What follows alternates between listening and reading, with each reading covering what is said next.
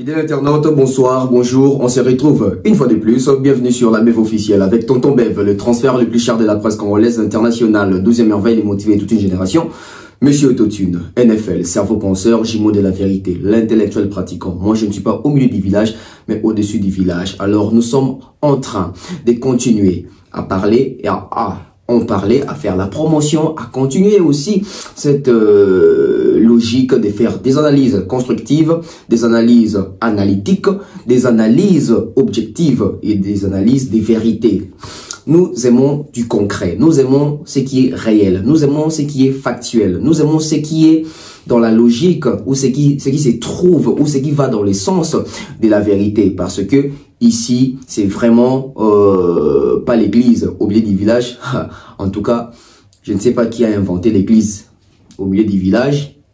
En tout cas, moi je l'ai dit toujours, l'église n'a jamais été au milieu du village, hein, désolé, parce que tu vas pas dire à un musulman d'aller prier chez les kimbanguistes et puis commencer à prier avec, je dirais, ses propres convictions musulmanes. Ah, mais moi, on a un kimbanguisme, donc, ils sont moins compliqués. Donc, du côté catholique, tout le monde a tout kebabi pour, ici, pour moi, non, professeur, pour, comme un professeur, tant que c'est une école catholique, il faut à la catholique, soit à la catholique, moi, comme professeur d'athée. Donc, vous voyez que c'est un peu compliqué. Voilà pourquoi nous aimons être au-dessus du village pour, être au-dessus de la mêlée. Alors, merci Nabino Nyoso au Bolandagi émission hier. Ba feedback ils ont la positivité makasi, ba retour ils ont la positivité makasi. Bino Nyoso oyo bokomaki, bino Nyoso oyo bo réagisaki, bino Nyoso me boni na ba appel. En tout cas, merci na ba oyo ba comprendre logique et puis ba comprendre la vérité, parce que tant on tobimi ça qui ba scoop ba vérité, ils ont ba tobelo cassette ko saki. Hier ils ont qui pensa concrétisation makamunyoso. Hier ils ont qui pensa ba doit comprendre qui fait quoi, qui est qui. Donc, ces métiers, ou la presse, auto salalelo. Merci. Si vous recevez cette émission chez vous à la maison, l'émission vous est offerte par mes sponsors. Merci comme ça à monsieur Patrick Mukunati, merci à Mandalelo, merci à Franck Kassongo, merci à César Amani, merci à Jonathan Mandila, merci à mon grand frère Aimé Bossele, merci à mon grand frère Falos Makakila, merci à mon grand frère Big Bro Kelly Charoston. Je salue aussi l'honorable Prince Tokuzo, sans oublier comme ça les futurs élus Fiston Coloqué. Je salue Papa Caviar des Moments Maliane, sans oublier Oncle Blaise Ansele, ma cerveau, Oncle Chico Mocheni, Connexion. Nous allons commencer cette émission avec l'actualité. On continue avec cette actualité autour de la francophonie. Oui, la pression monte, l'effervescence monte. Nous sommes tous en train de voir et de constater ce qui se passe actuellement. Concernant ces grands projets, concernant cette grosse, je dirais, grande visibilité, comme l'émission de Kinshasa, trichement, il y a, et le Zobenga, jeu, il y a francophonie, Lisano, Namasano, comme thématique Nango. Toujours bêta l'issue de la francophonie, toujours réalisé que Ezali édition Moko Ezokotisa Congo dans la légende. Cette édition Ezokotisa pas seulement les musiciens, pas seulement les athlètes, pas seulement les personnes qui vont participer à ce jeu, mais Ezokotisa toute une population, tout un peuple, tout un pays, toute une culture dans la légende. Et c'est une occasion, c'est une opportunité à ne pas zapper, à ne pas rater. Le Congo doit saisir l'opportunité. Yako simba francophonie na maboko. Yako comprendre francophonie ezanini. P yako étudier francophonie pour lobby P. Biso peto ko rappeler ko ça ba organisation, biso peto ko rappeler ko organiser je dirais même ma propre festival na biso peto ko man ba élite oyo toya na idée moko pas idée mais toya na stratégie moko, je dirais créative par rapport ya makambo toromona na organisation ba ninga ndeni basaleli yango deni ni ba memeli yango et biso peto adopté bandeko avant na kota makamba francophonie. Regardez un peu visuel au bout là Stade des Martyrs by Night oyo za photo projection il y a drone. En tout cas, ce qui est changé, apparemment c'est encore à volonté. Hein. si nous voulons vraiment les changements, apparemment, c'est ma volonté. C'est comme si tous en Espagne, c'est comme si tous en France, c'est comme si tous en la match de la Ligue des Champions, c'est comme si tu vis d'en haut. Donc, image, vision, visualisant à partir, il y a drone. Regardez comment est-ce que c'est beau. Regardez comment est-ce que ça vend l'image du pays. Parce que quand tu as dans la Kinshasa, il faut dans le Lingala. Quand tu as dans la Kinshasa, tu as un problème avec courant, tu as un problème avec moi, bopé, tout dans ma cambo banzela. Mais tant que tu as une image de stade na biso déjà bouena butu, tant que tu as une lumière na Kinshasa bouena butu, ils ont ça la image ya kitoko. Alors biso to osengaka ke ezaka te ke soki francophonie esili stade des ongi salité ba minda to ibi to BBC ba décor makambutu. Ezala que par l'occasion en francophonie de to ba dobi so ke to bi stade na biso se kombena propre na ba norme boue. Ezali po francophonie mo yaka awa et par cette édition en francophonie de ça là que biso pe ba congolais to ko pe na sens wana ozana na respect on a dans sens il y a que protéger les biens communs parce que les stades c'est un bien commun et ndé babongisi wana boye beaucoup d'argent bimi pe wana et ko senga sko biso ba congolais to la kisa façon nini to la kisa lolenge nini tozali civilisé le lenge nini tozali éduqué le lenge nini tozali enseigné le lenge nini tozali instruit tozala na robenga woni tozala na limemia ya bien autozanango surtout bien commun pour ça bien privé ça bien commun c'est des abisso nyonso to bon arrêtant to beta ba match biso to kenda to ba conseil ça ma biso to kenda ndenge francophonie za lelo biso to rozala donc ça bien commun ils ont bénéficié na biso pe na visibilité mboka na biso. Alors tout côté na makambo dossier francophonie, on prend d'abord l'image de cet artiste, après tozo le bilai artiste oyo on prend et puis on revient. On est là, dans ma répétition, il y a francophonie, Macintosh Bill Clinton. Je vous amène maintenant dans mon loge. Où le moni, on va tirer par le carreau. Donc, champion. On a un Mavino. Ouais, deux fois T. Danger. Décidé. Donc,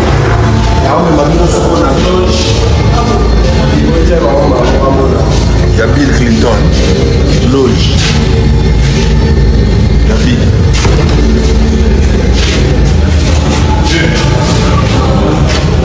Bon. Ah, tout le monde a la loge. Loge place Makambutu et Gozala. Donc, tout le monde a damage.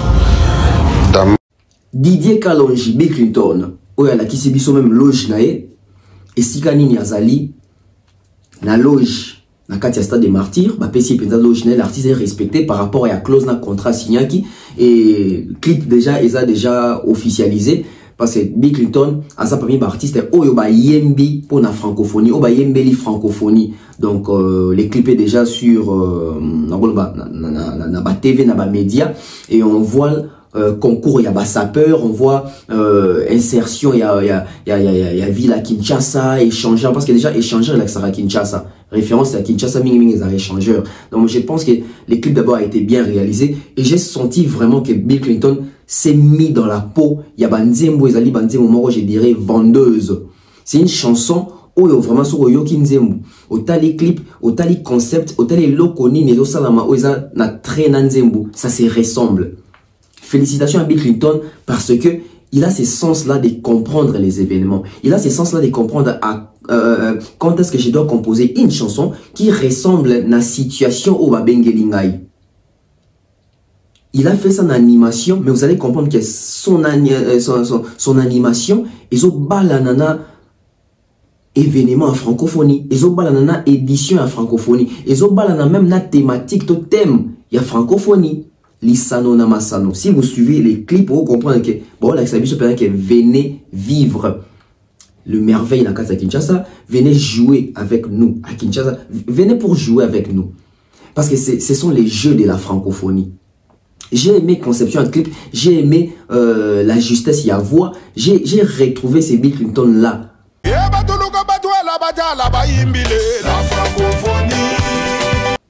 Qu'on avait perdu quelque temps ici. On a retrouvé ces Bill Clinton-là. Tsengoku Dibende Macintosh. Une légende de notre animation congolaise. Pourquoi pas africaine? Parce qu'il a inspiré même un grand artiste. Malheureusement, il nous a quitté, DJ Arafat. Donc Bill Clinton n'est pas n'importe qui. Alors, on va parler des... Bill Clinton, la joie de revoir cet artiste. Ça nous fait toujours énormément plaisir de voir cet artiste prester, de voir cet artiste mettre l'ambiance, de voir cet artiste faire les shows. Parce que Bill Clinton en Afrique, c'est un visage très connu. Voilà, même j'ai intitulé thématique Nanga Liboso, deux sujets Nanga Liboso. Bill Clinton, c'est une marmite, oyo, batouba négligaka. Mais seul un potier, n'a pas valeur. Il y a Nzungu, il y a Montre, il y a Biloko Asbasali, etc. Potier n'est pas valeur et loko. Et potier ça une potier ça francophonie. Francophonie va comprendre que parmi tant d'artistes au Congo, il y a un artiste, il y a un animateur de Tolobaka, il y a un showman, il y a une légende, il y a un motivé de toute une génération. C'est Bill Clinton. Parce que Bill Clinton, moni dans l'art, on ne ment pas. Et l'histoire peut qu'on s'abatte. L'histoire est une gratité. Bill Clinton, c'est parmi les jeunes qui ont révolutionné l'animation, les jeunes qui ont révolutionné, je dirais, leadership dans la musique. Déjà, quand on parlait de cette génération nouvelle, Bill Clinton est parmi les têtes de série numéro 1. Oyo, Bazalaki, na conviction, ou Bazalaki na kondima, ou Bazalaki na courage, Bazalaki na esprit, yako osé. Et tu es Bill Clinton oyo, kaka animateur oyo. Ah, cela déjà ouverture, il y a Cannes, je crois, il y a 2012. Na droit comme les kaki na ba maman d'Abani, na ba Pete Bacardi, Bazalaki belé, je ne sais pas si ba Magic System pe Bazalaki na kati ya nini ya Cannes wana. Clip na route ezalaka. Bill Clinton nous a représenté valablement. Et tant que Bill Clinton ba Cannes wana betamaka. Il faut un artiste qui vous a déjà contacté, visage n'a eu exposé d'abord en Afrique mobimba parce que quand les alliés sont africains, et en Afrique anglophone, et en Afrique francophone, visage n'a eu déjà exposé. Et de quoi tout ça makambo il y a francophonie. De quoi tout ça makambo, je dis bien il y a francophonie. Bill Clinton c'est un visage connu en Afrique. Vous savez l'Afrique c'est un continent à musique, mais quelle musique? Parce que en Afrique na ba pays to beta rumba to roza tamsuka biba le karabiso na Brazzaville. Mais so tali musique au régnera ming en Afrique au mindele baebi que musique représentative africaine c'est plus les chansons dansantes.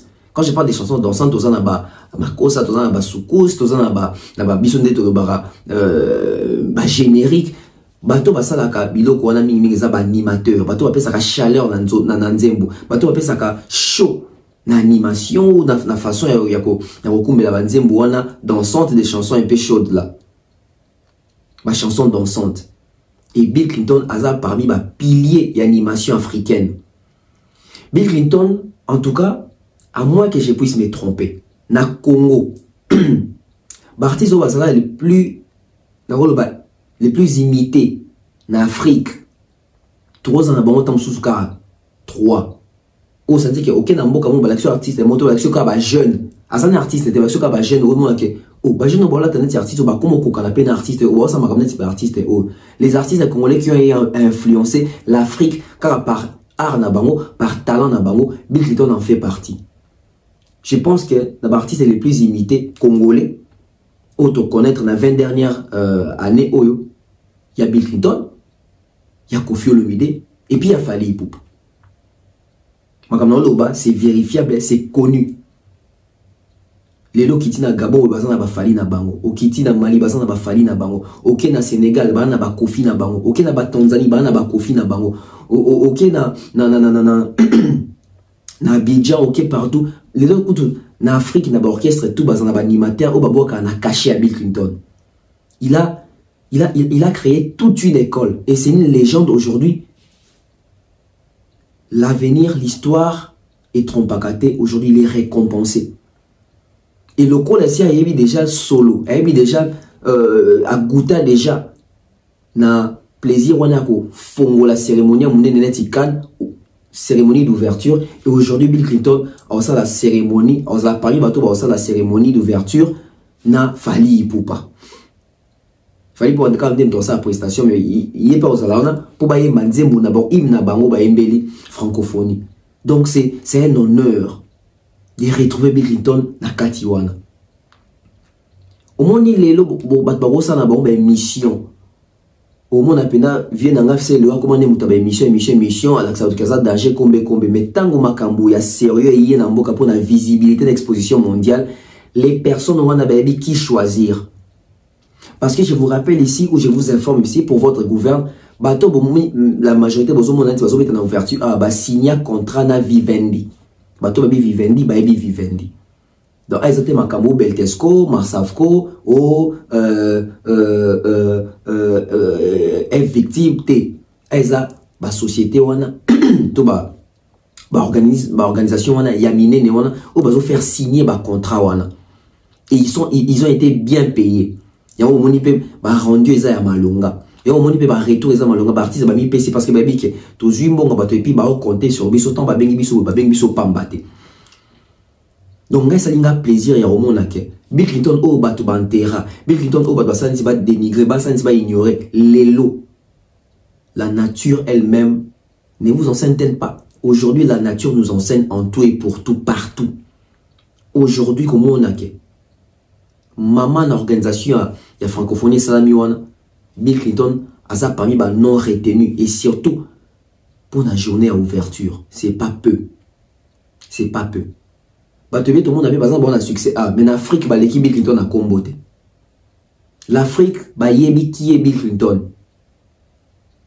Et bah, multinationaux, bah, mindele, bah, organisateur, bah, pays fédéré dans la francophonie, ou bah, ça, regarder la musique africaine, ils savent qui est Bill Clinton. Ils savent qui est Bill Clinton. Bah, yebi qui est dans Nzembo, il y a quand on a 2012, Mouta Pesa et Lengi dans Nzembo, c'est l'animation de Bill Clinton. Donc, c'est un choix hasardé. C'est un choix bien maîtrisé, bien élaboré, bien étudié, bien calculé, bien placé. Félicitations à Macintosh, Bill Clinton.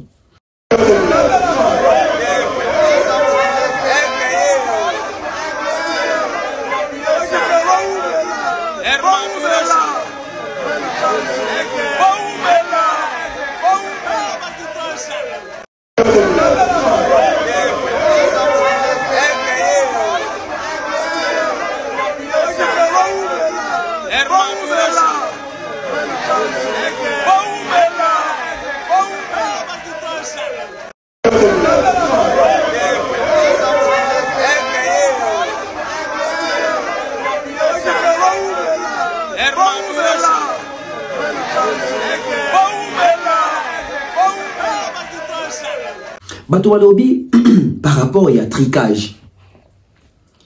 Autres rappelé à qu'ils ont machination, bateau créé, bateau boutiqué, machination moko très ridicule. Il y a encore sa combo ya excellence Patrick Mouyaya, il y a encore sa combo ya l'honorable Zachary Bababaswe, il y a encore sa combo ya l'honorable les conseillers Soulé Kaouka. Bomoni réaction to sortie médiatique. Il y a Soulé Kaouka pour nous démentir ba bêtise na combo nae. Bomoni réaction, il y a Viezacle ou expliquer. Soulé Kaouka batozo oh ça sorti pour ni non, ça sorti parce que trop c'est trop. Vous savez dans ces pays ceux qui vous se laisser faire badondo sakana nabino et comme habitude à batunyoso. Vous avez vu ici quand c'était l'époque des héritiers pour mettre un concert pour nous makamba cash gazo balobani Soulé Kaouka qui robote la cash gazo fali ou pas. Alors que le monde que héritier habite Nicolas cash gazo. Kaka bato le victimisation, kaka bato le raison. Fada mes actions organisées à bato faire et balobini ni babike Soulé Kaouka comme aché Fadam les mêmes jours na faire et puis bundi ça fait faire azo batouté. Ce sont les mêmes personnes qui ont annulé Fadam balobike Soulé Kaouka a sali tout annulé Fadam parce que bato fait bal za Fadam pour pas qu'il compte comme ça faire go là-bas ya sous-souté. Finalement Soulé Kaouka rôle les aguini. Ce sont les mêmes personnes Lobiawa Et comme il est sous les kao kande mutu a boutique na francophonie wana pour ba longo la faire ba tchafali poupa. À un moment ça devient ridicule. C'est un homme à respecter. C'est un politicien ou je dirais c'est un conseiller, un ministre. Oh, il faut qu'on respecte, il faut qu'on dévoire et respect parce qu'il y a un conseiller, un ministre. Il a beaucoup de choses à faire. Vous pensez qu'il a tenté à Osama parce que dans beaucoup de choses, tout bazan niveau moko, tout bazan dengue moko. Et ce qui biso bato toyebi makamon des états vandanier même zambo c'est que na bisoté.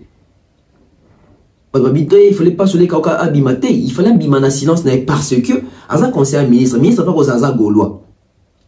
Ton ministre a conseiller n'a pas besoin qui sait dans makam. Oh, boko bébé c'est musala, boko bébé c'est fait, boko bébé c'est image. Il me met à azana pour connaître l'artiste alors qu'il ne fait pas ça.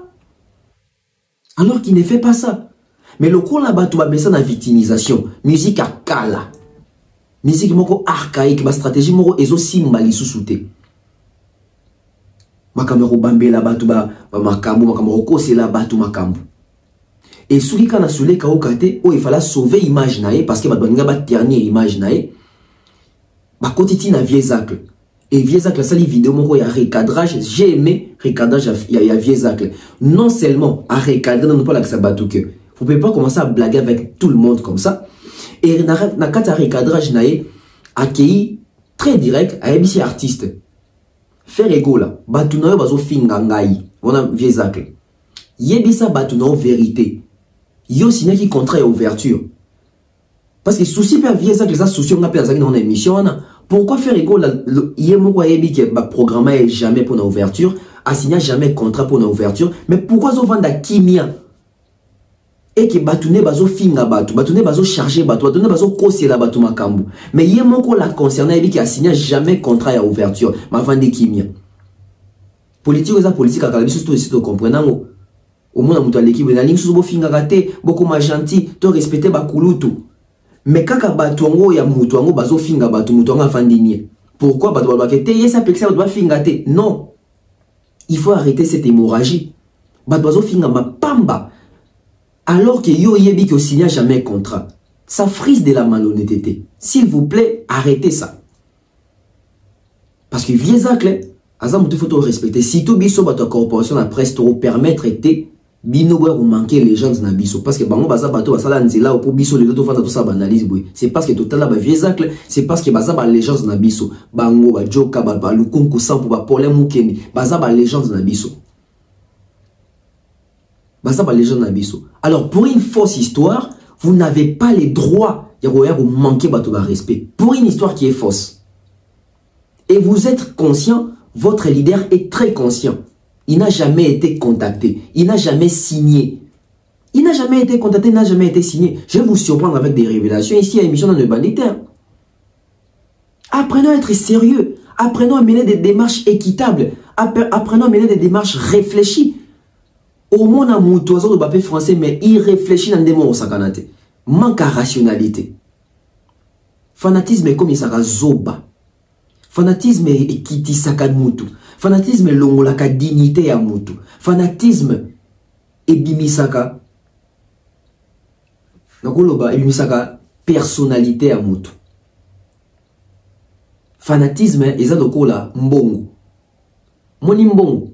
Au moins mutu aza respect pour zampiaka. Pesa mbongo mona comme impoli. Fanatisme est zabongo. Fanatisme est zabongo. Et c'est ivresse moko ya osakanate. Tous ont un peu vieux ça que l'on a recadré bande de copies à signer la faire égola, faire égola, allais-je dire, sans un contrat au signaki, brandir.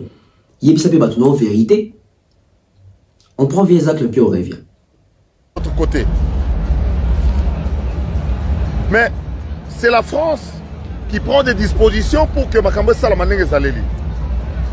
Alors, Comité international de jeu de la francophonie, va signer un contrat dans la société de Vivendi. Vivendi wana na France c'est une très grosse boîte bazana basala cinéma bazana ba bangonde ba gérer notamment Stade de France batu ya Vivendi nde bango ba s'occuper na France ba publicité ba belé bangonde basala ba cérémonie d'ouverture et belé ya ba jouer na France ba belé donc cérémonie d'ouverture ezali Vivendi France mutako salango ezali comité national de jeu de la francophonie. Donc, Vivendi à France, mutu solo na artiste à France to artiste africain en France ye mutu asala la cérémonie d'ouverture na niveau ya Congo Kinshasa comité lobby quand même ba jango to sala na Congo mboka ya rumba to sala auto bengi les nuits de la francophonie, les nuits de la rumba, le 4 le 5 na le 6 toye ko négocier to juste sur podium musu ya libanda pour ko permettre na ba jeune ba s'exprimer bango pe. Comité d'organisation, c'est-à-dire Premier ministre, ministre des Affaires étrangères, ministre de la Culture, ministre des Sports, ministre de l'Information, ministre de l'Infrastructure, ministre de la Santé. Basangani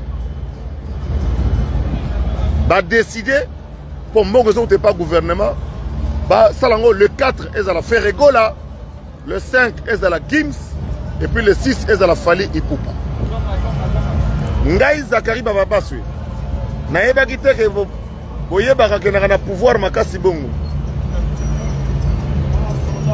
Na pouvoir makasi bongo. Mais ya kotia mutu ayemba.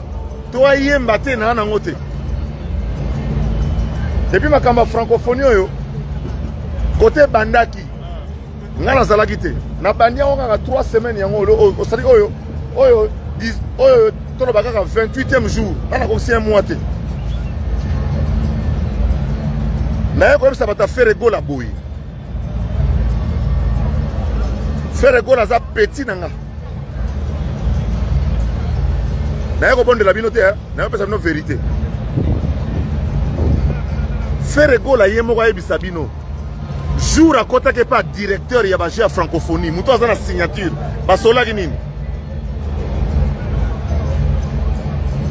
Ferregola ayebisa bino bagolwa po bozo nga pakola nga buzoba ona yebite Ferregola tango akotaki na place ya mutu oyo asigné sa nga contrat lobi nga Zakaria ko salisa ngai na kofuta yo autant mutu wana monsieur directeur Isidore Kwanja basola na Ferregola ayebisa Ferregola nini Ferregola tango abima aloba nini Ferregola a signé document mon côté que yenda ko beta jour à ouverture a signé document mon côté boyo kanga bien Ferregola a signé document mon côté Ferregola ndima qui a participer na musique parce que de mon ready alors pas ça disponible pour ma musique ndule beta bache le 4 na bato kuna ngai na sala na Vivendi te na sala na OIF te naza français te, naza directeur de la francophonie te, naza ministre des Affaires étrangères te, naza premier ministre te, naza naka Zakle bachenga kapo, musala ngana sala po ba kinwa ba yeba ke makambo za ba yebele. Bozo bambanga nye nini? Nye bozo bambanga ya nini? Nye obo bambanga. Ferregola yebisa batu na yo, kanga ba mbwa na yo. Lobala bango ke Zakle na makambo ya za na pouvoir te. Na kende place chef de l'état ba pese programme ba lobi ke faire robeta nga Zakari na yana changer na chef Fali na vu pouvoir ngwa na vu pouvoir wapi oyo ngai balakisi président Tshisekedi programme ba lobi ke le 28 du venir au sala programme tel musicien robeta ngai Zakari na yana longoli komba faire na che komba Fali ata soki bokota classe mingi te. Vous comprendre le Cameroun dans le sens. Pouvoir ni nga na sanango, ya ko changer programme, ya ko par exemple que basket là sur na 9h et le mardi comme j'ai dit. Nga inan. Faire yebisa ba mbwa na yo que tango kota que pas directeur bo solo la gite que yo ko beta na cérémonie d'ouverture pour Vivendi ezaka na Paris. Musicien nyon sa robeta lobby awa mukola ouverture a signé contrat na Paris na Vivendi à Paris na sala kite mutu nyon sa robeta lobby na cérémonie ouverture na ya kobi na mbonda na ya ko sala boy a signé contrat na Vivendi na Paris. Est-ce que vous avez kanga bien depuis Vivendi nayebi pe bangote namona pe bangote na sololi pe na bangote côté ba signer ba contrat côté ba futa ba batunga na salaki te siko bino bata faire bo sala nga be mission milai et dimne mo na compte na banque ou bien bomi visa na États-Unis ou bien et dimne nombre basaka ciment ya ndako na otonga na Dubaï.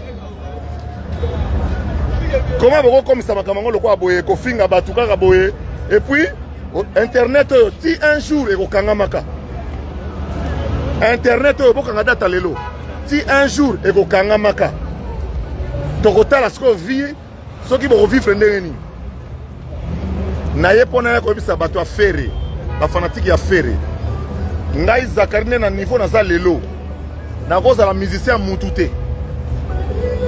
Année prochaine, je vais 60 ans. Je suis bongi déjà dans la vie. Nous sommes pambolanga na bonga déjà. Na kola na musicien te, na ko vivre te pour na bango. Na sali 10 ans les gars na TV te na toujours un zulu câble. Vous comprenez? Vous sali ba complot, vous sali bozo finga na ba réseaux sociaux. Na répondre bino pona obanga bino te. Na ko yebisa bino vérité. Bino vous approche à faire nenga zawana ayeba banda kala ke yete mutakobeta ayebi na yango matiki batune ba finganga atiki batune ba finganga ayebi na yeke yete mutakobeta na ouverture ayebi na ye mais atiki batu ba finganga Zakari o vie wana zakadi ya faire ole sangai hein feranga nikutu na cheo pembe dipo na ebike otindi mututa loba mais na linga yo leka na TV loba ke ngai fere na signa contrat te na beta mukola ouverture botika Zakari ba senye parce que bato robeta ba sur ba 100 000 so ba 80 000 loba ke ngai na bena signa na ngai na signa contrat te ke na robeta ouverture à de la francophonie comme ça bato na yo batika bisonye osala ba promotion na yo osala ba concert na États-Unis osala ba tournée. Mutuloko langa isoko benga vie tala idée zabo na kopesa idée po yo yebi faire place kana to uti na ko ba contre ondeng osalinga nini. De retour sur ce plateau, les respects s'imposent et se méritent. Les respects s'imposent et se méritent. Je dirais même les respects s'arrachent, mais d'une manière loyale. Parce que ce que je respect na makasi to imposer respect mais na nzela moko ya zigzag respect n'est sans valeur, sans valeur. Alors to lobela sikoyo bato ba induire faire égola na ba golo na nyonso na erreur. Donc il faut faire très attention. Merci beaucoup. Francophonie lelo yo fait égola. Officiellement, on a vu la personne qui était invitée par le numéro 1 de la francophonie ici à Kinshasa, c'était Ferregola. Ça c'est vrai. Après l'exploit, on dit que Badbaza qui sous émotion le 24. Tout à l'inga soit un affaire, tout à l'inga invité Ferré. Donc la personne officielle, quand je dis officiellement, Oyo, Babenga qui est la francophonie et ça Ferregola. Alors arrêtez de chercher les isani là-bas. Parce qu'on dépendra de monta. Parce que papa avait actuellement coûte cher. Tara Mouto a bêti stade de martyrs plein sans bralima la Bracon. Oui, c'est ça là. Impossible. Sans Vodacom, voilà. La musique à Congo. Donc, officiellement, Mouto Aza invité, tout Mouto Robert à l'ouverture de la francophonie, c'est Ferregola. La seconde base à Anabango, la troisième base à Anabango, mais où ils ont connu. Pour moi, tu es peli. N'est-ni affiché bimi à faire, n'a bimité. N'est-ni ok faire ça. On va monter à ma bébé. Tant peu pour bondir ça à faire dans ma cambo. Tant que sur le terrain, ma musique beaucoup. La banine à Virginie Manganga, grande sœur. Est-ce que vous êtes consciente que Bino Bozawana pour notre baby sa image na carrière et artiste? Il faut trouver la vérité parce que tu as pour baby sa carrière et artiste, bien que vous baby sango déjà. Est-ce que vous avez bien babengi kozala journaliste? Vous avez bien babengi kozala analyste? Vous avez bien babengi kozala chroniqueuse to chroniqueur? Virginie Manganga. Biso to ça dessus na yo. Biso to tala on a TV na Canal King. Tranche musique, zaki nini ziki sa bango bilo mwa bongo. totala yo na canal qui tono sepela musala ndo sala na TV boza parmi bateau tout ça qui total bi ah grand sœur ça rappeler musala bien mais lelo toujours reconnaître binoté biso tono kanza makambo so ndo na canal qui nous wana eza makambo ke noke obande bokende se documenter nzokande yipo nzokande no kosa biso parce qu'à l'époque biso zaki bana mike to za ba jeune âge tono kasaka ga essayer wa so informer biso nzokande bondo kosa biso lelo tala esiko che Ferregola tala ndenge o ridiculiser artiste muta ridiculiser Ferregola eza falite muta ridiculiser Ferregola eza Virginie Manganga na clique nyonso wana ya bato yo baye ko la pauvreté na mendicité na kati internet bato baye ko si la valeur na kati internet bato baye ko sambwisa dignité bato baye ko sambwisa métier au biso to sala na YouTube à chaque mois kaka binonde bo kaka soni kaka binonde bo bimaka incohérent kaka binonde bo induisaka batu na erreur. Virginie Manganga tango zui monopole, tango zui opportunité, tango zui grâce wana bachi au caméra, tango zui yebisa batu ke faire robeta na ouverture. Ozo ki information wana wapi. Ozo ki information wana wapi. Vous allez excuser ma voix, j'ai perdu la voix depuis hier, nazo forcé. Mettez-moi des likes en attendant. D'où est-ce que Virginie Manganga a qui information? Quelle est sa source? Virginie Manganga, quelle est ta source? Quelle est ta source? Nani informa qui? Parce que vous voyez, ça n'a pas été en francophonie alors que nous avons dit ça dans la sénité. Et puis, net, yo so battu na sénité to leli. To leli, grande sœur. C'est pas possible. Un artiste comme Ferregola, yoko le kate na TV ou lié, au conseiller makambu qui a robeta na ouverture, lelo, affiche, bata francophonie bombo abimisi, fali pour bombo robeta. T'as la sonne yo qui s'y Ferregola. C'est grave, c'est très grave. Tout ça pourquoi? Parce que bah journaliste c'est lelo, balinko s'est documenté té. Surtout bah yaya na biso. Balinko s'est documenté té, balingi recherche té, balingi collecte information té, traitement information bah ça la raté, diffusion karande bayebi. Et suivi toute information de basa la raté. Donc biso ti dans la zikisa bango na tranche musique il y a Virginie Manganga on a ton nombre quand ça grand chose informé biso. Nous on ndoko sa biso. Comment on peut se retrouver dans bassesse ya boy? Parce qu'aujourd'hui, la personne qui porte cette humiliation, c'est pas Virginie, hein, c'est Ferregola dans une humiliation. Et quand il a gravé, donc je dirais gravé dans l'histoire et la musique congolaise, que tous les artistes, moi, comme on est Ferregola, dans la 9e édition francophonie, il y a en 2023, à cause de la qui a été en ouverture. Et quand il a pu tacher artiste, 10 jours artiste dans la Koufa. Et quand on est bon dans l'autre, comme histoire naïe. Tout ça pourquoi la souci on a reçu la machination pour boutique ba idée na ba information moko ya lokuta ko désinformer batou journaliste azana te pour désinformer batou journaliste azana pour na ko former et informer mais vous apportez autobengi désinformation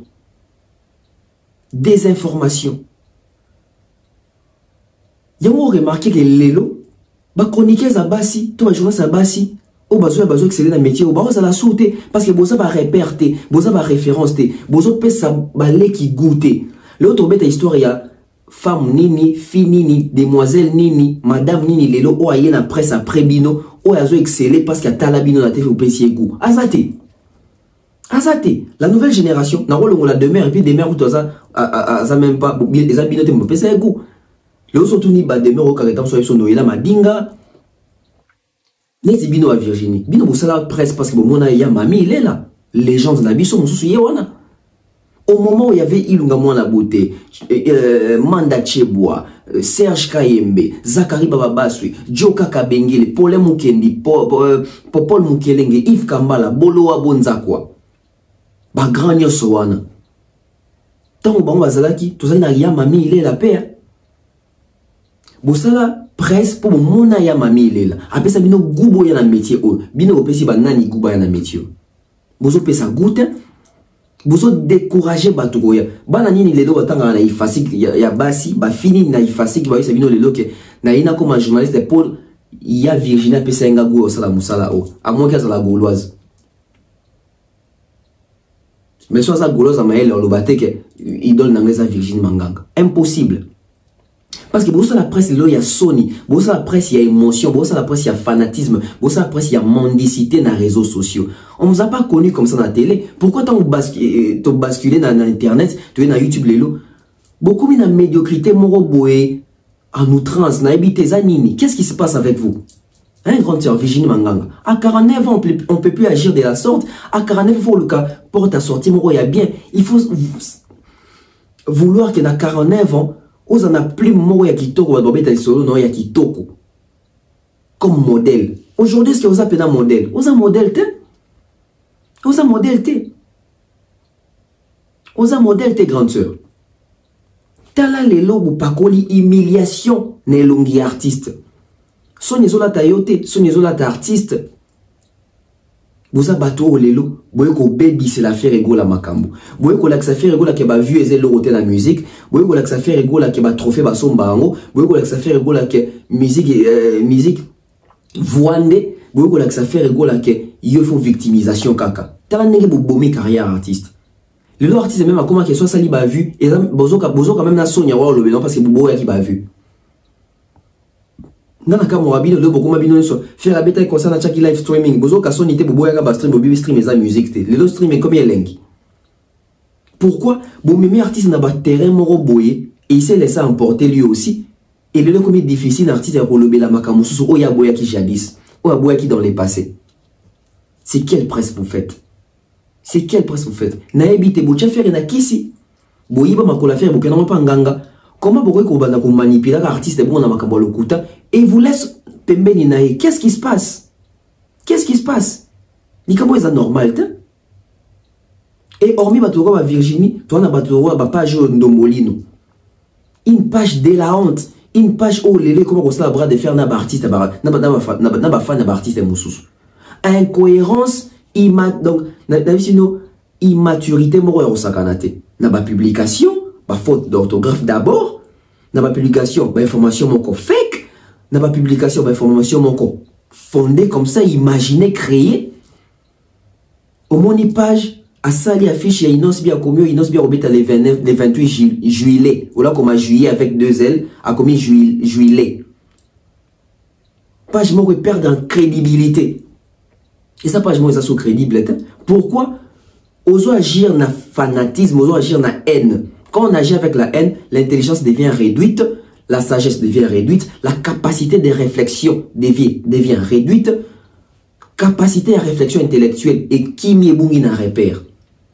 Nous vous avez repère, vous avez exemple. Une page de la honte. Une page où il y a publié pour confirmer que faire en ouverture, mais le faire en ouverture.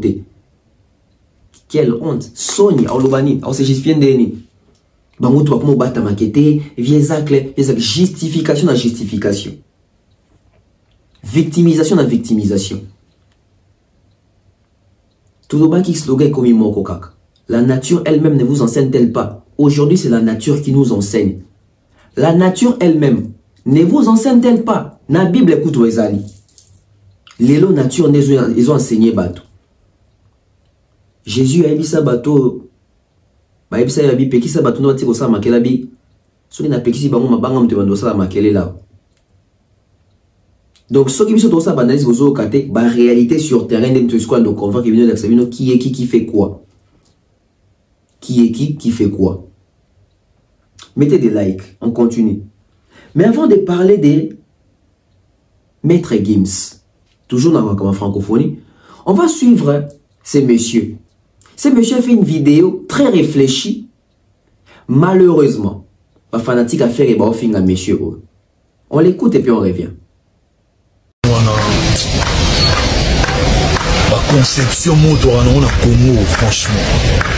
Faire bête les 28 dans l'ouverture. Il y a bête les 4 en plein événement. Ça change quoi? Ou bien à clôturer, ça change quoi? Ça change quoi? Ferrigo Landazawana, lui c'est un artiste et musicien professionnel. Les alikamouliers na contrat na mon solo. Moussala na sala les avo sepeli sabati. Ba foutie mongo ba biyako sepeli sabati na date boye. Eh ben, il y a eu ça moussala na Et ça concert il y a fait arrêter oh faut battre rigueur il faut pas respecter date non c'est ça le 24 juin dans stade de martyrs à Walande tu aurais été obligé qu'il faut date même surtout pour nager zawana mais ça concert il y a fait arrêter faire ba fouti bon pour ya ko beta ba tourner disponibilité za le 4 août faire à lobby oui so battu le 4 août ma bezawana pourquoi tu te remets mon amour Trésor Congolo, directeur en marketing, il y a fait rigoler. Mais t'as la réflexion, il y a directeur, il y a marketing. Alors s'adresser mbalamon na ba fanatique, na bango bagolo. Alors s'adresser mbalamon ko na ba chroniqueur, na ba chroniqueuse, na bango pro fait rigoler. Et alors s'adresser mbalamon ko na fait rigoler. Oui, alors s'adresser mbalamon pe na fait rigoler. Beaucoup de réflexion na. Comment est logo ezali concert? Et logo ezali kutu date na bino mokote. Oh, ils allaient que priorité na bino. Plutôt propriété na bino. Vous s'accaparez nango jusqu'au point où vous faire retirer artiste prestation de présence dans la katia francophonie. Bota la expression faciale à Trésor Congolo. Il est déçu. Il est très déçu. Moi, je me dis que toujours un grand frère na biso mon azo bunda bazo bete makofi biso toujours encourager vieux kotikate vieux zongisa grand frère zongisi makofi santé et combien équilibré et kaka biso moko tu bendi sous grand frère makolo bomi ndenge lembisaka isa biloko baktrazo Congolo asali baktrazo Congolo ba mouiller ba mayo basali be émission pour na Vincent Chuluizi avant stade à l'équipe pas Franck Stema il va plateau ba les karaté ba comme les kakuna tout ça pour l'image pour les soucis de vendre l'artiste de vendre l'image de l'artiste de faire comprendre à l'artiste quelle vision ba lingi ba tailler pour l'artiste mais regardez l'artiste au bazo bumelanzoto l'artiste fait confiance à ses fans regardez l'artiste oyo ba communicateur bazo bundela tazo comme on a directeur en marketing a yebi l'image marketing ce que l'axanimi ouais ça va terminer biso bato tout ça marketing l'image marketing parce qu'il y a image communicationnelle il y a image marketing il y a image promotionnelle il y a image belé c'est comme communication promotionnelle les ali communication incitative les ali communication ciblée les ali communication canalisée les ali communication de proximité les ali bato tanga ba classe on dit ba comprendre maintenant zoloba.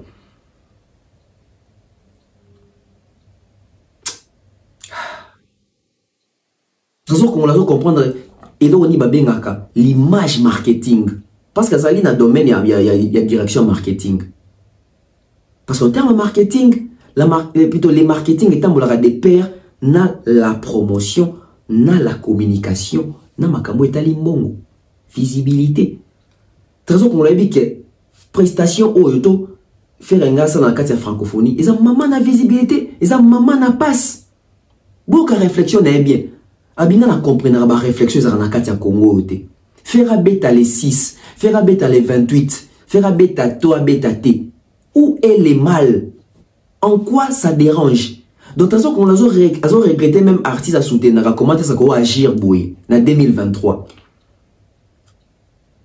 faire abimi pena amateur abimi pena moins professionnel loyenga ba fanatique faire go la memami na loyenge faire go la usa leader ba fanatique ndé faut ba landa yo ko banda ko landa ba fanatique te yo ko banda ko landa ba fanatique te tala jibende nga vanda ba fidèle na ya BCBG ba tia impression que bimisa album o quand même appelle moi fuita ka boy o fan mondo ça bimisa album jiba silika jibi ko ba j'étais black c'est ça un leader yende mutazana vision likamozo sala faire c'est comme si dans la francophonie ça qu'il y a au yébité ma communion do sala wana et malheureusement na cause na ba commentaire ba golo azo finga Trésor Congolo ba msusu ba kikutu na ba déclaration moko tribal ko ba ke yo muluba yo ça c'est quoi ça biloko tozo boya yango wana tribalisme omoni muto eko commenter pour ça gola faire gola yo muluba yo donc kuna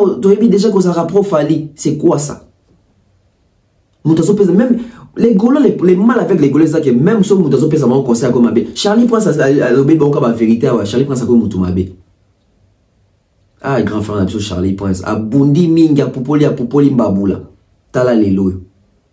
Ton homme, ça vient d'Abiso Charlie Prince. Vieux, Makamozo Salanatika. Vieux rejoindre Kanabiso. Vieux zonga muta vérité. Vieux loba analyse. Loba makamdenge zali. Likolo koyate. Mission moro bomote. Loba makamdenge zali. Vieux noyo kabisote. Tala lelo vieux sika komi. Ba warrior ba sali confiance te. Ba gola ba sali sous confiance te. Vieux bungi. Pour attendre le bien ba warrior ba tali kana ke ba ke wata na bango. Alobi ba se ka hey alo ba bien. Mais que ba docteur komi bango boy ba sala ngote.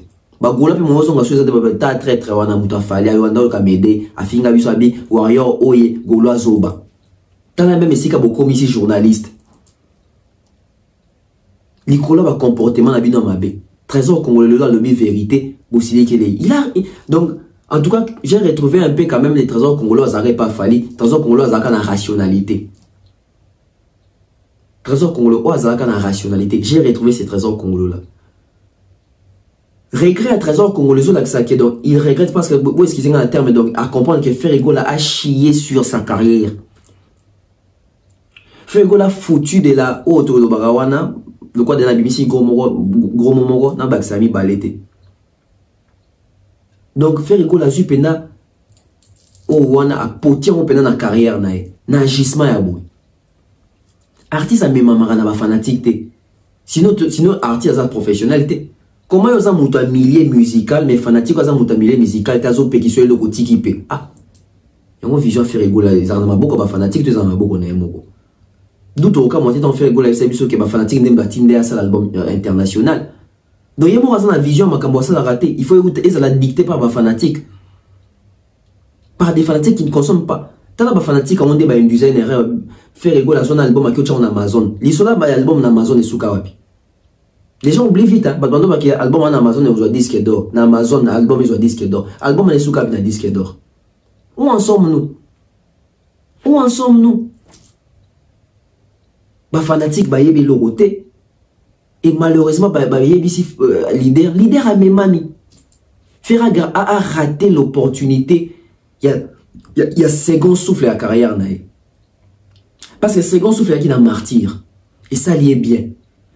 Et il y a qui soit ma colonne francophonie. Oh, parce que ça visibilité mondiale. Toi, pays francophone, tu bêta n'a pays africain francophone, n'a pays européen francophone. Donc, cérémonie ingrité qu'elle a fait rigole. Malheureusement, le cola fait rigole à entouré, n'a pas sorcier. Ba envoûté. Ba envoûté misala fait rigole. Moi, je bazan misala ma beso bazan pembe ya mutu. Ba ko influencer. Ba influencer faire rigole. Na si na minute faire rigole mo penso fana zo ba e. Na nile lokwana. Na sala mondeni. Na si nile mezo lekela na minute. Moi toza bato. Moi ta masala qui monta dans mon ke oui na sala on peut respecter nga. Mais na minute je pense qu'ils ont regretté. Fergo vient de gâcher l'opportunité ya carrière nae. C'était une opportunité énorme. Fergo vient de gâcher ça et surtout na basi surtout ba moni Bill Clinton va réaliser que to gâcher penel au moins malonga. Likola ba guerre moko bête. Likola ba guerre moko bête. O le ko la falia zawana faire cause zawana te. Qui vous a dit ça? Falia zawana ko bête eba ite le faire zawana. Ponya kimite. Ponya comme que faire rigola qui m'a fallu pour pas. Bon mais si faire rigola nan. Exactement. Dans un dossier Gims. Gims a kimi, Gims a désisté, il pas désisté, il pas sénati faire. Bah gros sakana na été. Et la Camorotin, vous informez maître Gims, Azanaba, date na déjà. Donc les 4, les 5, les 6, Azanaba date, Azanaba engagement Zouaki, yango bomoni été. Aoyate, parce que ça, j'ai une date aussi, ça derrière engagement à bêta. Bato bon monde na bango na kati ya francophonie o bazali na engagement na ba jour à programmer bango yango bon monde baza disponible. Bolani même vieille club qui fait que bato na ka disponible les 4 na disponible. O bêta zona caché. Andima ko bêta pour nani. Andima ko bêta pour ani. Et yango na surtout na toujours question. Ce qui fait rigolo la yeba qui a signé contrat à ouverture. Pour nani na affiche qui affiche les 4 na réseaux sociaux na. Nani azoko sa nani bobi oko sa te pour encore c'est vous amaele pour na retricher faut aux intelligents pour na recours c'est faut aux intelligents pour na retricher faut aux intelligents bobi oko sa te Il y aura tendance qui sort un communiqué pour nous dire que Fergo la Robert a été pour des raisons personnelles et Azana ba regret qu'on sait que Ozalawana te. C'est là qui dit que biso de monari biso on avait on avait signé un contrat, il y a ouverture, dernier comme contrat les 4. Qui dit vrai? Alors que Yves Bouyawaza parmi les communicateurs en francophonie a dit que Fergo la même a contacté qui bango pour senga ba jour à ouverture et ça les cas bien. Tout ça wapi. Donc Gims c'est ça Gims a Kimi non. D'ailleurs pour ça éviter Gims tenait vraiment à être là. Gims a bien même fait ça que je cité que binga il faut na représenter Congo. Malheureusement quoi ça déjà ba contrat mususu na ba date tango et pesité et on tout moni Gims moyen za la na za sous-souté. Merci à maître Gims dans sens patriotique naé. Parce que écoute walinga ça la ngo penza donc yé mondo senga penza za la wando. C'est aussi ce côté là patriotique ba que faut na s'afficher pour n'amboke salanga bien. Comme les autres les font aussi. Malheureusement Ferena Batunae bani ko tia rivalité pe polémique ya buzoba devant makamonyo so tala ndenge ba ratissé artiste maman en occasion.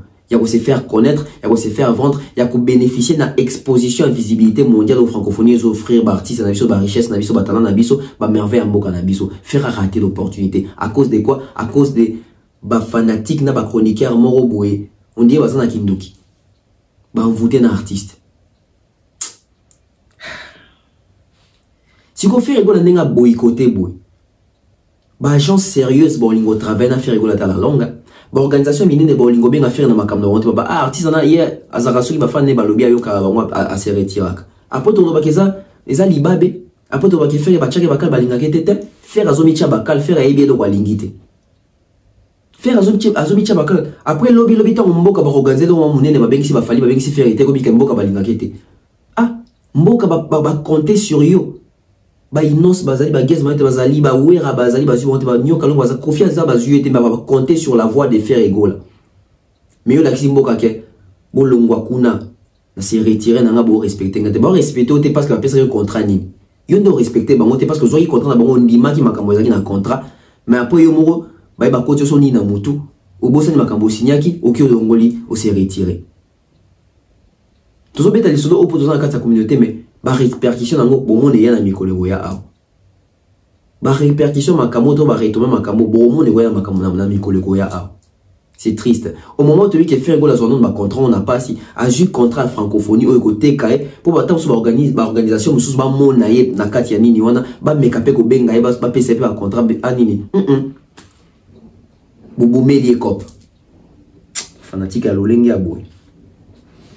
Alors, tu peux te solo siko ya Vivendi. Ba nani bazo signer ba tout contrat. Vivendi aza parmi nani moi munene o ba signer ba fali ba contrat ba ni ba contrat etc. Alors aujourd'hui so ba bi ki nga ba contacta ki nga pa contacta ki ngai. Na yebisa ki dans émission les cas qui a pour ba contacter mutu na ba organisation minene boy. Ils ont dit ba CAN, ba Ligue des Champions, ba Coupe du Monde, à la ouverture. Il y a cérémonie neti ba francophonie boy. Ba organisation na minene ba contacta ka artiste une année avant to 6 mois avant na loba kiangwa. Une année avant to 6 mois avant. Bobi pour nani bazora taona pour na ko étudier dossier pour na ko élaborer dossier artiste kota la artiste asala kini na neuleki asala kini na ba neukuna azo prévoir asala nini image des andenge nini visibilité des andenge nini cote des andenge azo tekande nini il est influent à quel point ou à quel niveau. Yango mona ke bazui fali pour parce que c'est l'artiste congolais actuellement les plus influents. En Afrique, même en Europe, c'est l'artiste congolais vivant au Congo ici les plus influents. Yango moni bazui. Ba critère ezebele. Mais pour ba contacter on a qui sengaka une année ou 6 mois, fallait a été contacté 5 mois avant. Donc la rigueur rose à 5 mois, fallait a été contacté 5 mois avant et ça signé un contrat one. 5 mois avant azora dia mbongo ça signé un contrat. Alors na mi mabino na réflexion moko intelligente équilibrée. Écoutez-moi très bien. Ba Vivendi wana pour ba contacter artiste et artiste comme un niveau que ba bisi ba contrat ba clause ba signé. Et c'est nini et c'est ngaka contact les anini ba organisation minene il passe toujours par ba manager ya ba artiste Artiste non il faut un manager, artiste il faut un manager ou un carnet d'adresse, manager ou un actif, manager ou à maîtriser les marchés africains, les marchés francophones, les marchés européens, les circuits de l'industrie musicale. On les éléments il faut on analyse. Pour contacter bon, il y a un moment une émission à Sagilo Binabi, faire ça qui avait signé, c'est lui faire physiquement bien c'est son bureau. Pour moi une question à tout nagi parce que sur les acquis bureau à ce que manager n'aime pas signer. Alors tu me poses question. Tout le monde a deux volets. Tout ça regarder si faire égaux à signer qui contrat. À signer qui contrat, il y a ouverture dans la francophonie une année avant. Donc, on va contacter une année avant. Donc, on a mois de juillet. Donc, ça va contacter en juillet ou il y a 2022. Alors que, tout le en 2022, en juillet, faire Azaki ou à Piazaki en prison. Ah. Pas de battre Azaki en prison, mais Biro, ils ont continué comme ça là, parce que Biro va nous publier, oui, Biro va nous continuer comme ça là. Mais en juillet, on a invité un manager artiste Azaki déjà démissionné, faire Azaki sur le manager. T'es tombé dans un quitter. Ils ont qu'à ça à recherche. Ils ont monté que super sonité. Ils ont qu'à ça à recherche que c'est documenté. Tout ça mon histoire. On invite à démissionner. Faire ça en prison. Ça un manager. T'es bon contacter nan. Bon passer par qui? Trésor Congo. Je ne pense pas parce que Trésor Congo tout ça une vidéo. Elle va expliquer vidéo Makamuni Neleki. Tracy Eleza. Je ne pense pas. L'aura tendance, n'a comment attaché à la communication, tout la presse, il y a fait rigoler. Ils sont passés par qui? Moi, que ça, histoire, moi, ils ont fausse. Alors, surtout celui qui va contacter dans 6 mois avant. Dans 6 mois avant, faire la soirée PK manager. Parce que manager, il y a fait rigoler, c'est un Brazzaville, on a bossé un communal, je crois que c'est monsieur Ingani. Ça va faire sur 3 mois à quoi manager a fait. Faire a été contacté quand? Qui a signé? Si c'est le manager, c'est quel manager? A invité à démissionner avant ma francophonie. Monsieur Ingani a dit que mon manager a fait la calamité. Vous avez dit que vous réfléchissez à rater, vous avez dit que vous finissez vos parents à battre, vous avez dit que vous insultez vos tata à battre. Malédiction sur vous. Malédiction sur vous. Vous qui insultez sans cause, sans pourtant connaître la vérité. Et la personne qui connaît la vérité, la personne qui est consciente, c'est faire égaux là. Mais elle est la personne. Elle laisse les gens, ces gens, insulter pour une histoire où il y a que c'est pas une histoire vraie. Malédiction sur vous. Là, je vous l'ai dit, malédiction sur vous. Parce que vous abusez pour que vous finga ba vieza, que vous finga ba souleka, que vous finga ba patrimoine, que vous finga ba parents nabiso. Malédiction sur vous. Retenez la date d'aujourd'hui. Leader nabino a yebi ka signa jamais contrat wana. A honnêteté, a honnête nabino. Au lieu de rosilika, ay bo sengaye abi misata contrat na bo sengete pour bebi ki azana ngote. Bo yebi ki azana ngote me bozo ofinga batu. Quelle malhonnêteté. Bon, il calcule la bimise et les binois. Va contacter un manager. Fali, ces gens-là sont passés par Madina pour avoir Fali ou pas. Faire égaux, ils sont passés par qui? Sauf qu'il fallait mettre en ouverture. Parce que une année en arrière, en 2022, qu'on a Azaki n'a qu'à prison. Vrai ou faux? Vrai.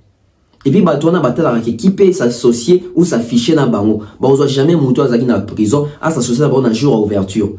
Peut-être dans la cérémonie, oui. Mais dans un jour à ouverture, visibilité mondiale, oui. Bah, on ne jamais monter à Azaki dans le casier judiciaire, ils ont moins attaché.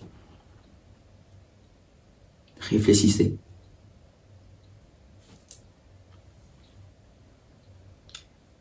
Alors, on va passer dans Makamouya. Francophonie Kati Makambo. Lelo, to hier, binon somonaki, à 18h, Francophonie a publié visuel, il y a artiste ou à bêta ouverture, Fali Ipupa. Pourquoi? Parce qu'il remplit les critères. Oh, ils ont senga. Il remplit les critères, papa. Il remplit les critères, maman.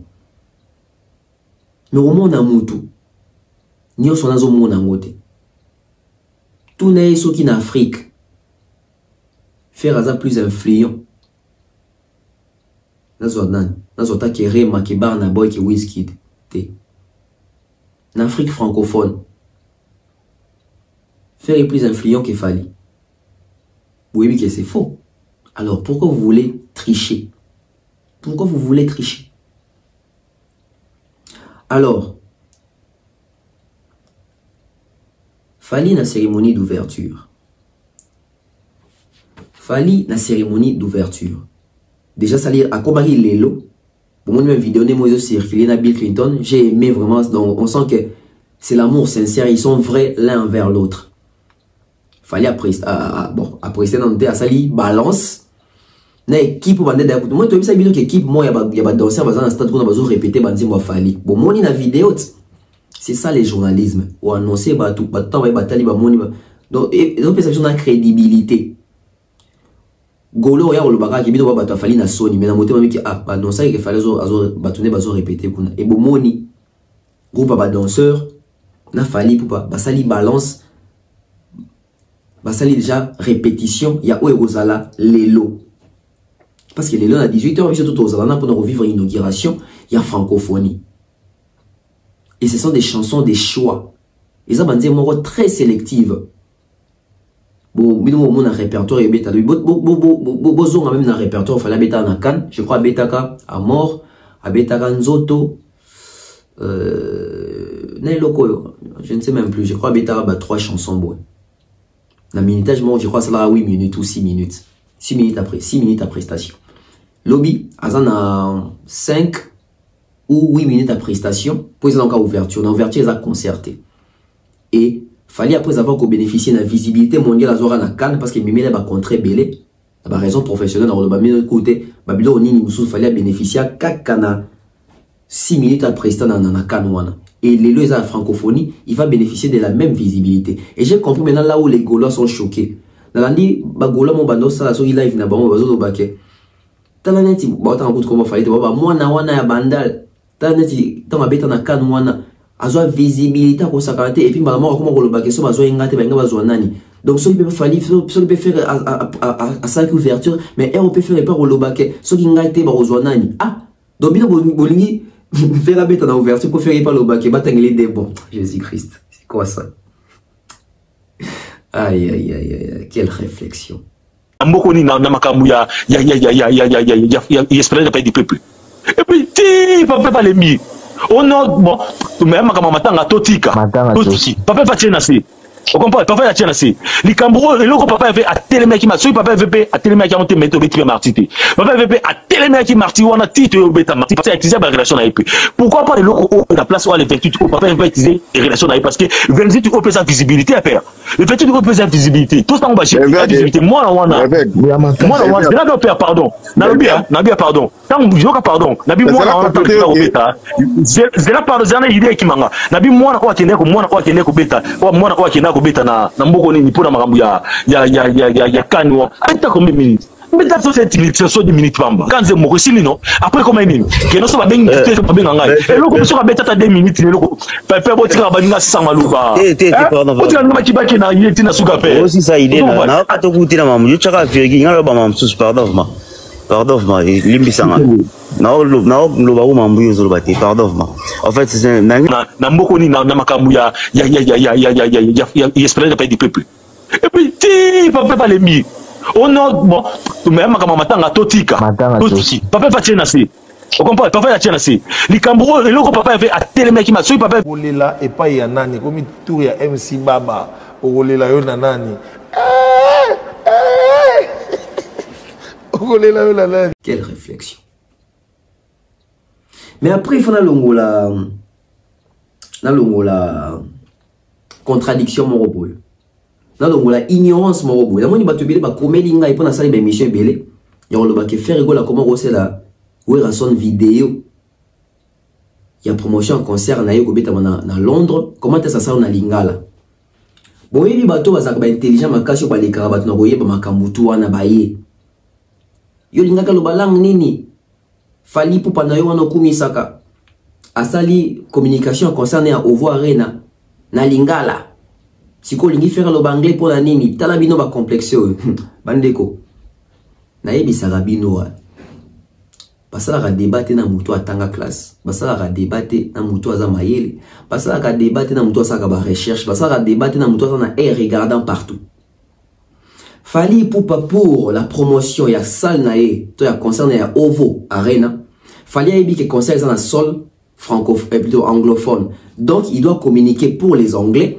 Ou les anglophones, ils doivent communiquer pour les français, pour les bateaux français, ils doivent communiquer pour les congolais, les quinois, au balobaralinga, la lingala. Outa la Kanabino, Makamo Internet, c'était Méga Nabino, était Boussa à la monnaie. On suit la communication et la promotion, la publicité. Il y a au voir un infali pour pas. Na lingala, na français, na anglais. C'est ça un artiste instruit. Et c'est ça un artiste qui a compris l'industrie musicale. C'est ça un artiste qui veut conquérir le public à Sika. C'est ça un artiste qui veut élargir son champ. C'est ça un artiste qui a une vision. Fally Ipupa. Salut Londres, salut UK, c'est Fally Ipupa, Aigle. Je vous donne rendez-vous le 8 décembre 2023.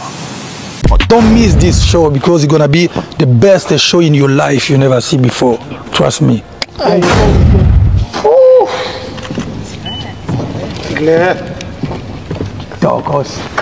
on, Jega. Bandeko Nangai, c'est Fally Ipupa. Ndeko Nabino, frère Nabino, petit Nabino, vieux Nabino, master Nabino. Salle Oyo, Balobieza, capacité à 12 000 places. Ceux qui battent, finalement, ils viennent à 15 000. Maintenant, les Congolais m'ont habité à rater. Donc, biso plutôt là que ça, biso plutôt là que ça, Batunio, surtout à Mokili, Batunio, surtout en Angleterre, qui est aux appels belé. Biso tout ton dit ça, non, collègue à Batumoussous. Pour mon musique congolaise, ça n'est qu'à moi, genre. C'est que biso ça en moi, genre. Donc, les Congolais, tout, Boya a belé, le 8 décembre. Et vous allez faire mon nene awa pour défendre la culture nabiso, musique nabiso, et puis voilà quoi. D'accord. Que les intellectuels, les intelligents, les sages puissent continuer à exceller dans la cohérence, dans la vérité, dans, je dirais, la continuité, yako pour sa vérité, na ba zone oyo, vérité kotarate. Que les ignorants, les beaux parleurs pour ne rien dire, pour continuer dans cette ignorance.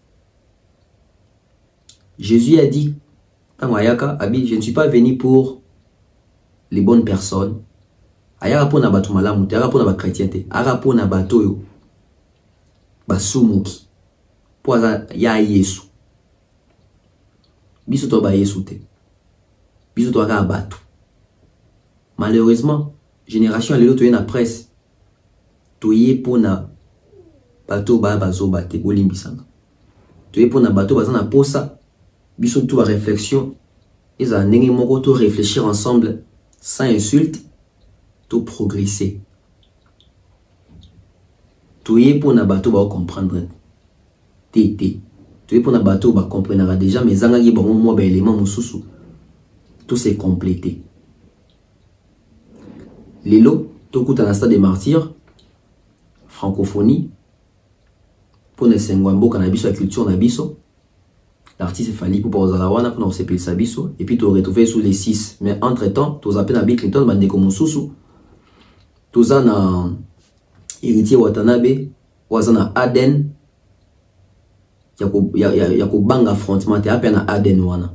Azawana, donc il peut papa chérigi ben piana. A valider concernant Azawana. Je pense que l'artiste va s'identifier na Gims, va remplacer peut-être na artiste Moussous.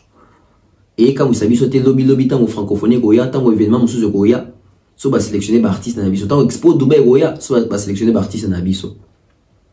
Vous comprenez en même temps Expo Dubaï Salamara on a que Gims ba Inos ba tutu ba betara ba na ba jibe na nyoka longo ba beta ba nyo so liboke jour moko est-ce que ba kanga mutu ndoki fallait beta yé moko bo réfléchir rat bo zonga na mais c'est comme si bobo ça na avant et so qui nati vieux zacle il fallait quatre affaires so qui nati vieux zacle mutu a coincé ferré pour nani vieux zacle a coincé musée qui ndingote ah ça c'est fort.